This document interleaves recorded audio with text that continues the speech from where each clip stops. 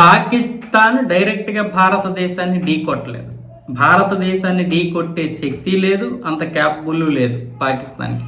అందుకనే మొదటి నుంచి కూడా, అంటే ఆపరేషన్ సింధూర్ నుంచి కూడా పాకిస్తాన్ ఒక ఫేక్ ప్రచారాన్ని మొదలుపెట్టింది. భారత ప్రధాని నరేంద్ర మోదీకి ఇండియన్ ఆర్మీ చీఫ్ ఉపేంద్ర ద్వివేదికి పడడం లేదు, ఇద్దరికి కూడా చెడిపోయిందంటూ ఒక ఫేక్ ప్రచారాన్ని తనకి అనుకూలమైనటువంటి ఎక్స్ హ్యాండర్ల ద్వారా ఒకే విషయాన్ని పదే పోస్ట్ చేయిస్తూ ఉంది. ఇప్పుడు కూడా దాన్ని పోస్ట్ చేయించింది.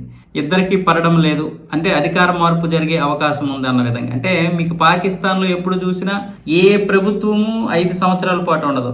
1 సంవత్సరం 2 సంవత్సరాలు అవ్వగానే ఇక్కడ ఆర్మీ మొత్తం లాగేసుకుంటుంది అనమాట పగ్గాలన్నీ. ఇప్పుడేమొచ్చేసి ఆసిఫ్ మునీర్తో వాళ్ళు రహస్య ఒప్పందం చేసుకున్నారు కాబట్టి షాబాజ్ షరీఫ్లో ప్రభుత్వం ఉన్నట్టు ఉంటుంది, కానీ పవర్ అంతా కూడా ఆసిఫ్ మునీర్లోనే ఉంది. ఆ విషయం అందరికీ తెలిసిందే. ఆ విధంగా భారత్లో ఎప్పుడూ లేదు, ఎప్పుడూ సైన్యం తన చేతుల్లోకి తీసుకోలేదు. ఎందుకంటే బలమైనటువంటి వ్యవస్థ గురించి అందరికీ తెలుసు. బలమైనటువంటి వ్యవస్థ మొదటి నుంచి కూడా దేశంలో ఉంది. ఇప్పుడు మన ఆర్మీకి అధికారులకి ఈ విధంగా సిచ్చు పెట్టడానికి ఇలాంటి ప్రయత్నాలు చేస్తుంది, బయట ప్రపంచంలో ఏవో పనికిరానివి సృష్టించాలని. అయితే ఈ రెండు కూడా ఎప్పుడు జరగవు.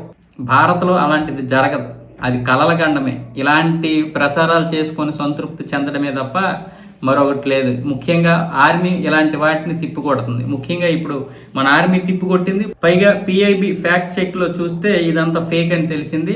మళ్ళీ దీన్ని మన పిఐబి కూడా పోస్ట్ చేసింది, ఎక్స్లో పోస్ట్ చేసింది. ఇలాంటి పనికిరాని పోస్టులు పెట్టుకుంటూ ఈ విధంగానే నువ్వు బ్రతకాలంటూ పాకిస్తాన్కి అయితే తిట్టరాని తిట్లు, బండబూతులు తిట్టినట్లు తిట్టినా కూడా దానికి సిగ్గు వస్తుంది.